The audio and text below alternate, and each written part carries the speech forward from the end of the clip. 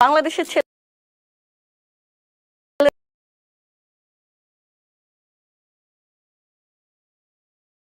একটা সমস্যা, সেটা হচ্ছে তোমাকে বিয়ে করবে, ভালোবাসবে মাকে, চলবে মায়ের কথায়, ইমোশন বাই করবে বোনের।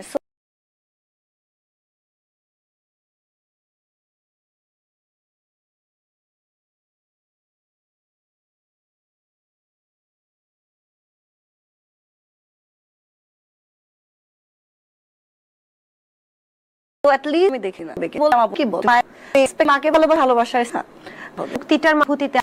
অনেকেই কিন্তু বলছে এত ঠুন, মানে ধর্মকে বলে একটা করার পরে ইসলাম ধর্মের এই যে সিম্পল কথা, আজকে এই যে তুমি আর আমি ইন্টারভিউ দিচ্ছি, তোমাকে আমি ইন্টারভিউ দিচ্ছি, এটার নিচে সবাই একটা করে গালি দিবে।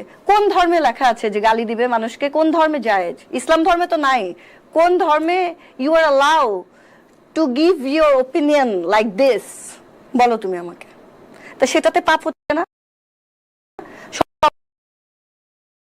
নিজের পাপ মোচন করেন, তারপর অন্যের পাপ করেন, তাই কি হওয়া উচিত না? অবশ্যই আমরাও চাই যে গালাজ এই বিষয়গুলো কিন্তু অনেককেই আসলে বাংলা সবচেয়ে বলে, এটা হচ্ছে এখনকার। আচ্ছা, একটু জানার আগ্রহী আসছে তাহলে যে আপনি যে বক্তব্য দিয়েছিলেন যে লিভ টুগেদার বাংলাদেশে নরমালাইজ করা উচিত, আপনি এই বক্তব্যে এখনো অটুট আছেন?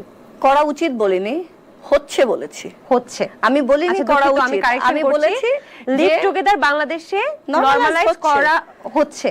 করা হচ্ছে বলিনি, লিভ টুগেদার বাংলাদেশে নরমালাইজড হচ্ছে।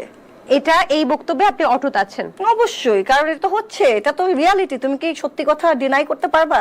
বাংলাদেশ, ঢাকা শহরে কত ছেলে মেয়ে বিয়ে না করে একসাথে থাকে, সেই কথা কি তুমি অগ্রাহ্য করবে?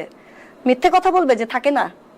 করবা কিন্তু বলবা না, এটা তো হলো না। কিন্তু এটা নেগেটিভিটি অনেকটা প্রমোট করা হচ্ছে না স্বাগত আপু? আমি তো প্রমোট করছি না, প্রমোট করছি প্রোগ্রাম। এই যে তোমার প্রোগ্রামে তুমি আমার কাজ নিয়ে করছো না, তার মানে তুমি প্রমোট করছো। বাংলাদেশের আমি প্রথমেই বলে নিয়েছি যে আপনার সম্পর্কে যে আলোচিতটা সেগুলো নিয়ে এতক্ষণ কথা হচ্ছে। প্রথমত আমার ওই কথাটুকু কেটে প্রমোট করলো, তারপরে হচ্ছে এগুলো এটার এগেইনস্ট একটা বানোয়াট গল্প বানিয়ে আবার প্রমোট করলো।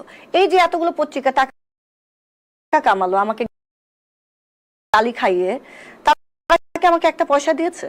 Where is my commission? আমি যদি একটা ফ্রি বেফার জন্য বলিনি, কিন্তু ওরা তো টাকা ইনকাম করছে আমার। আমি বেফাস কথা বলবো প্রথমত। দ্বিতীয়ত, তুমি